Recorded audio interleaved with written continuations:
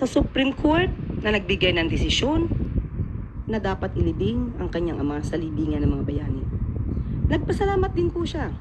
At babasahin ko po ang mensahe. 2016 pa po ito na magpasalamat ang dating Senador Bongbong Marcos.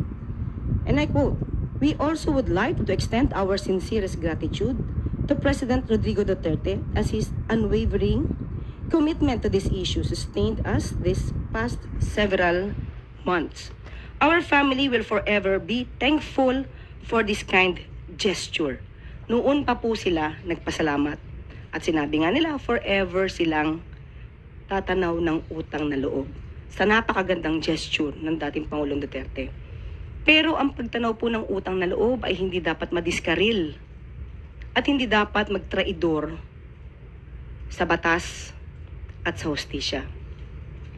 Ginamit mo ni dating Pangulong Duterte ang batas. Ito po nauugnay sa RA 289 patungkol po sa pagpapalibing sa libingan ng mga bayani at sinusugan po ito ng Presidential Proclamation 208 ni dating Pangulong Marcos. At mayroon din pong regulation, ang AFP G-161-373 na 2016 pa po